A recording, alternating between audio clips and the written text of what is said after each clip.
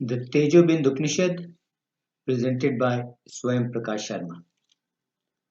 The Tejobindu Upanishad is part of the Atharva Veda in the Muktika list of 108 Upanishads to be studied for salvation. This Upanishad figures at serial number 37 of that list. The Upanishad deals with meditation, with the difficulty involved in meditation, with the qualities required for doing meditation, with Brahm as the object of meditation, with the enigmatic nature of Brahm, and with the portrait of one who is liberated during his lifetime. The source material for this Upanishad is the 60 Upanishads of the Veda by Paul Deussen. The Upanishad. The highest meditation is aimed at the power point. The anuswar in Om, the dot above the letter U in Om written in Sanskrit or Hindi, which denotes Brahm. Brahm is supremely enthroned in the heart. It is subtle. It is blissful. It is powerful. It is gross. It is fine. It is superfine.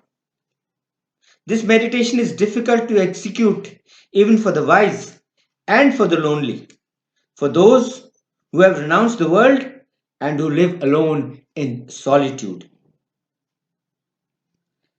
It is difficult to accomplish. It is difficult to reach.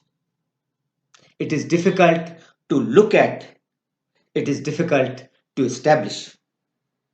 One who lays aside duality, one who transcends it, one who overcomes his self-sense or ego, one who is free from all expectations, one who is free from attachment to wife and children, one who is not attached to wife or children, one who makes what is inaccessible accessible, that is, one who brings what is out of reach to within reach, one who strives only for the teacher's respect and works for the teacher's gain, one who steps through the three gates, that of renunciation, that of patience, and that of respectfulness towards the teacher. Such a one becomes a Hans. He becomes the soul that dwells in the three worlds.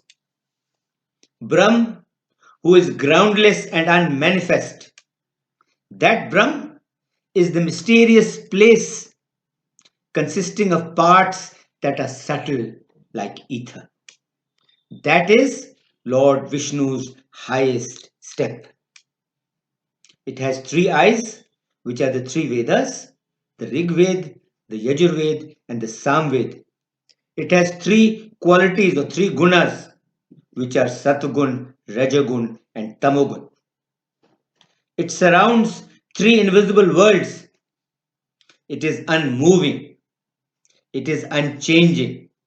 It is without props. There is nothing that supports it. It is without foundation. It has no foundation. It stands on its own without any support whatsoever. It is free from all determinations and it is free from all definitions. It is beyond the range of words and of thoughts. It is to be grasped by self-absorption alone, by absorbing oneself in the self, by absorbing oneself in the Atma. No words can name it. Words are incapable of naming it. It is beyond the net of words. No words can capture it. It is ecstatic delight, yet it is beyond any imaginable pleasure. It is difficult to see. It is endless, infinite. It is without beginning. It is without end. It is free from the control and the tyranny of the mind. It is free from the bossing of the mind. It is eternal. It is firm. it is impossible to shake. This Brahm, which dwells in the self, this is the first cause. This is the highest aim of unthinking thinking. It is the soul and it is the highest haven. It is the highest refuge. Though unempty, it appears to be empty.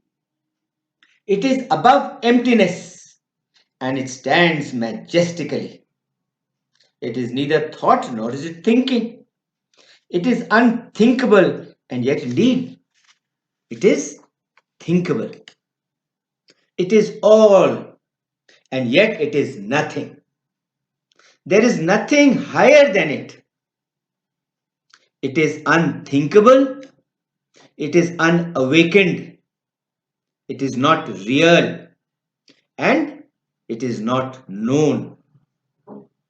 He who is God, he surely knows the highest. He essentially associates with the lonely, with those who have renounced the world and who live alone in solitude. He renounces greed. He renounces delusion. He renounces fear. He renounces pride. He renounces anger. He renounces love. He renounces sin. He renounces heat and cold. He renounces hunger and thirst. He renounces all intentions. He renounces all that undergoes change. He renounces all that changes. He is not proud of his Brahmin heritage, that he is born into a Brahmin family. He is not proud of the useless material found in the texts of liberation or moksha. He has no use for such texts. He no longer knows any fear. He no longer knows lust. He no longer knows pain. He no longer knows respect. He no longer knows disrespect. He no longer knows any of these. Because Brahm, the highest goal of all endeavor, the highest goal of all earnest effort, is free from all these. Yes, Brahm, the highest goal of all endeavor, the highest goal of all earnest effort, is free from all of these. This concludes the Tejobindu Upanishad. Om Shanti, Shanti, Shanti. Om.